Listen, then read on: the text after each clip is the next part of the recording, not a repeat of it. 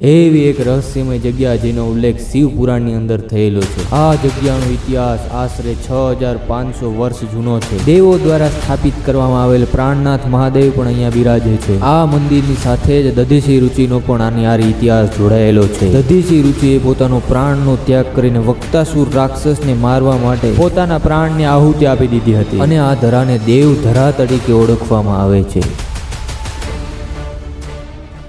રામ રામ વાલેડાના આજના આપણા જબરદસ્ત વિડીયો અંદર આપ સૌનું સ્વાગત છે। તો આજે આપણે આવી ગયા છે જૂનાગઢ જિલ્લાના માળિયાહાટીના તાલુકાના વિસણવેલ ગામે। તો અહીંયા દધીચી ઋષિનો ખૂબ જ પૌરાણિક આશ્રમ આવેલો છે, તો એના તમને દર્શન કરવાના છે, ઇતિહાસ જણાવવાના છે।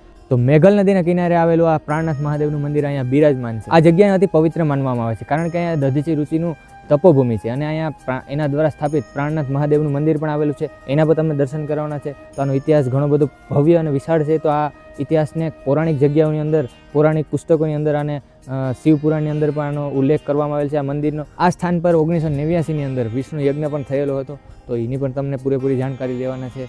શું છે આ જગ્યા, કેવી છે, અંદર મંદિર અને 1-2 વાર તોડવામાં પણ આવેલ છે। જે મંદિરને તોડવામાં આવ્યું હતું એ રીતે જ આ મંદિરને પણ તોડવામાં આવેલું છે। આ મંદિર ખૂબ જ પુરાતત્વ વિભાગની અંદર આવેલું છે અને આની બાજુમાં જ મેઘલ નદી છે, તો એના પર તમને સીન બતાવવાના છે। આ જગ્યાની અંદર દર ભાદરવા મહિનાની અંદર ઋષિ સુદ પાંચમની અંદર ભવ્ય મેળાનું, લોકમેળાનું આયોજન થાય છે। તો એ મેળાનું પણ તમને ક્યારેક અમારી પાસે સિનેમેટિક હશે તો તમને એ પણ બતાવવાના છે, જેના દ્વારા વિષ્ણુ ભગવાને વ્રજ નામનું વ્રસ્ત બનાવ્યું અને આ મંદિરનો ઇતિહાસ એના ઉપર જ છે આખો। ઇન્દ્રદેવ પાસે વ્રજ નામનું શસ્ત્ર ક્યાંથી આવ્યું હતું એની પૂરેપૂરી માહિતી તમને આ મંદિરને આરે ઇતિહાસ આનો જોડાઈ ગયેલ છે। ચાલો મંદિરે જઈએ અને દર્શન કરીએ।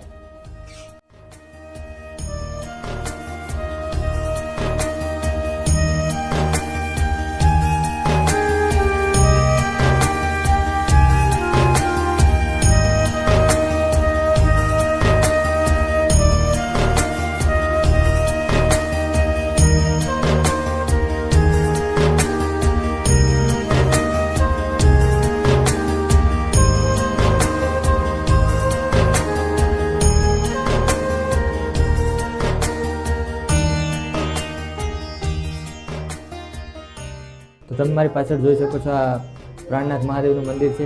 તો આના તમને દર્શન કરાવી દીધા। તો હવે અહીંયા આપણે દધીચી ઋષિનું પણ મંદિર છે, તો એની તરફ જઈ રહ્યા છે। ચાલો આપણે જઈએ। તો આપણે આવી ગયા છે દધીચી ઋષિના આશ્રમે અને અહીંયા સામે તમને જોઈ શકો છો કે અહીં ચંદનનું ઝાડવું છે, સફેદ ચંદનનું ઝાડવું છે।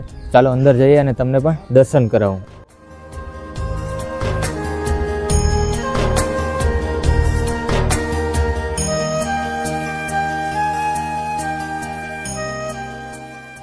તો અહીંયા આપણે ઘણા બધા વડીલો મળી ગયા છે, એને આપણે મંદિર વિશેનો ઇતિહાસ પૂછવાના છે। તો ચાલો મારી સાથે વડીલોને મુલાકાત કરીએ। બાપા પહેલા તમારું નામ જણાવો। મારું નામ રાજાભાઈ રૂડાભાઈ રાઠોડ, ગામ વિસણ, બરાબર છે, અને તાલુકો માળિયા, જિલ્લો જુનાગઢ। આ મંદિરનો ઇતિહાસ કઈ રીતનો છે?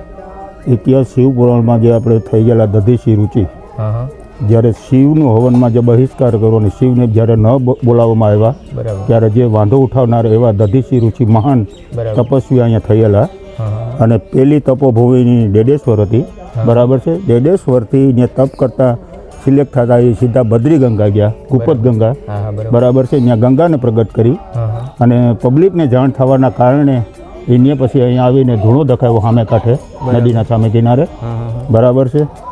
પછી અમુક વર્ષો સુધી તપ કરેલું અને રાક્ષસોનો ત્રાસ વધવાના કારણે વક્તાસુર રાક્ષસને મારવા માટે થઈ અને દેવો દધીચી રુચિ પાસે આવી અને એવું બોલવા વર્ગા કે તમારા શરીરમાંથી કોઈ તમારા પહારાનું વ્રજ અમને આપો તો જ આ રાક્ષસનો સંહાર થાય અને આ નહીં તો આ રાક્ષસ મરવાનો નથી દેવોથી, બરાબર છે। પછી સ્વર્ગમાંથી કામધેનુ ગાયને બોલાવવામાં આવી, દધીચી ઋષિના શરીરમાં ગોળ અને એવો છંટકાવ કરવામાં આવ્યો અને ચાંટે અને એનું વ્રજ ખુલ્લું કરવામાં આવ્યું અને પોતાના પ્રાણનો ત્યાગ અહીંયા કર્યો, અહીંયા રાક્ષસોનો સંહાર કર્યો અને જ્યારે પોતાના શરીરનો પ્રાણનો ત્યાગ કર્યો એટલે શિવ ખુદ અહીં આવે અને બિરાજમાન થયા અને પ્રાણનાથ મહાદેવની સ્થાપના એમના હાથે નખાણી છે, બરાબર છે। અને શિવ પુરાણમાં પણ આનો લેખ બોલે છે, દધીચી રુચિ, બરાબર છે। અને આ શિવની એવી તપોભૂમિ છે કે સોમનાથની હરોળમાં લઈ શકીએ તો પણ કંઈ ન કહી શકીએ કે એની હરોળમાં પણ આવી શકે, બરાબર છે। અને અહીંયાથી અમારા વડવાઓ એવી વાત કરતા કે 6.25 કલાક નદીમાં તરતો હતો, બરાબર છે, અને પાણી કોઈ દિવસ આ ધરામાં ખૂટતું નહોતું અને દેવધરાના નામથી આ ધરો ઓળખાય છે। દેવો જ્યારે બધા શિવ પ્રસન્ન થયા ત્યારે બધા દેવો આવવાના કારણે દેવધરા નામ બરાબર. વિષ્ણુવેલ વિષ્ણુવલી હતી, બરાબર. વિષ્ણુવલીમાંથી વિષ્ણુવેલ બન્યું અને આ દેવધરા નામની જગ્યાથી પ્રસિદ્ધ છે પ્રાણનાથ મહાદેવ.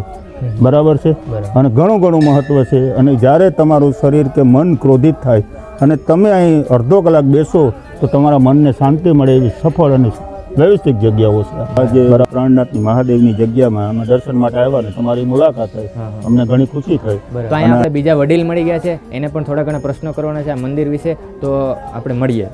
મહાદેવ હર. હર મહાદેવ, નમસ્કાર. અને આપણે તમારું નામ શું છે પહેલાં તો મારા દર્શક મિત્રોને એ જણાવી દો. મારું નામ છે સેવરા પ્રવીણભાઈ રૂડાભાઈ. હા હા, હું વિસણવેલ ગામના જ વતની છું ને નજીકના ગામમાં બરાબર. શિક્ષક તરીકેની ફરજ બજાવું છું. હા, તો આ મંદિર વિશે તમે આનો ઇતિહાસ કંઈ પણ જાણતા હોય, દાદાએ તો આપણે ઘણું બધું જણાવ્યું, જે દર્શક મિત્રો છે એ શું જણાવવા માગશો? આ મંદિર વિશે તો જે હું આજ 7-8 વર્ષથી કે 10 વર્ષથી હા હા, હું નિયમિત અહીંયા શ્રાવણ મહિનામાં અમે દર્શન માટે આવીએ છીએ. બરાબર. આ એટલું પૌરાણિક મંદિર છે કે જે એનો ઇતિહાસ કદાચ ઉકેલવા બેસીએ ને તો આપણે સોમનાથના જે મંદિરો છે, તમે ઘણી બધી સોમનાથની સાથે સાથે તમે અહીંયા ઉંબા બાજુ આવો ને તો ત્યાં એક સરસ મજાનું મંદિર છે, ઓમનાથ મહાદેવ. હા ઓમનાથ.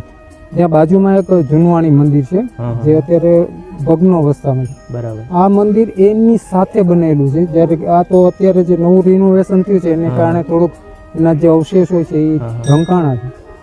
ને દધીચી ઋષિની તપોભૂમિ છે. તપોભૂમિ. ને એમ કહેતા કે દધીચી ઋષિ જ્યારે પ્રાણ ત્યાગ કર્યા ત્યારે એનો દેહ પ્રાણ ત્યાગ પછી એના જે દેહને વિસર્જન કરવામાં આવ્યું ને ત્યારે એનો અગ્નિ સંસ્કાર અહીંયા કરવામાં આવ્યો હતો. બરાબર. ને એ અગ્નિ સંસ્કાર કર્યા પછી બધા દેવો એમાં હાજર હતા ને પછી આપણે કઈ સ્નાન કર્યું. હા હા, બધા આ બધા દેવો આ નદીની અંદર અહીંયા સ્નાન કર્યું હતું. બરાબર. એટલે કે એનું એટલા માટે થઈને એનું નામ દેવધરું પાડ્યું. બરાબર. તો બરાબર. બધા દેવો ને એટલી પવિત્ર જગ્યા છે કે હવે તો જે કળિયુગનો પ્રભાવ આપણે જોઈ શકીએ હા હા, એને કારણે. બાકી જ્યારે અમે આવ્યા ત્યારે એમ લોકો કહેતા કે આ નદીને તળિયું નથી. હા, બરાબર. ને એક મોટો બધો પથ્થર છે ને આમાં કાયમી માટે તડકો. બરાબર. ને કોઈક રાતના કોઈક આવી તો લઈ ગયા કે ચોરી ગયા કે જે કંઈ થયું હોય એ રીતે. હા હા હા, પણ આમ એક રીતે જોઈએ તો આ ગામ બહુ બધી સિદ્ધ ગામ છે. બરાબર. અમારા આજુબાજુના વિસ્તારમાં મેં ઘણા બધા સંતોને મળ્યા. એમાં અમારા અહીંયા વિષ્ણુ મહાયજ્ઞ ને એવા ઘણા બધા યજ્ઞો થઈ ગયા કે જે 15-20 દિવસની. બરાબર. ને એની સાથે એમાં સૌથી જો કોઈ પૌરાણિક જગ્યા હોય તો એ છે અમારા પ્રાણનાથ મહાદેવ દેવ. ખૂબ ખૂબ આભાર તો તમારો કે તમને અમારા ચેનલને ઇન્ટરવ્યૂ આપ્યું. તો ચાલો આપણે હવે આગળ જઈએ.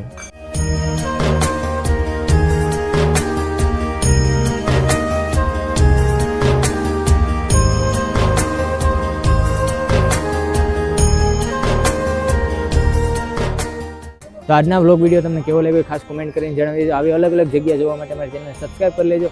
જય હિન્દ, જય ભારત, હર હર મહાદેવ.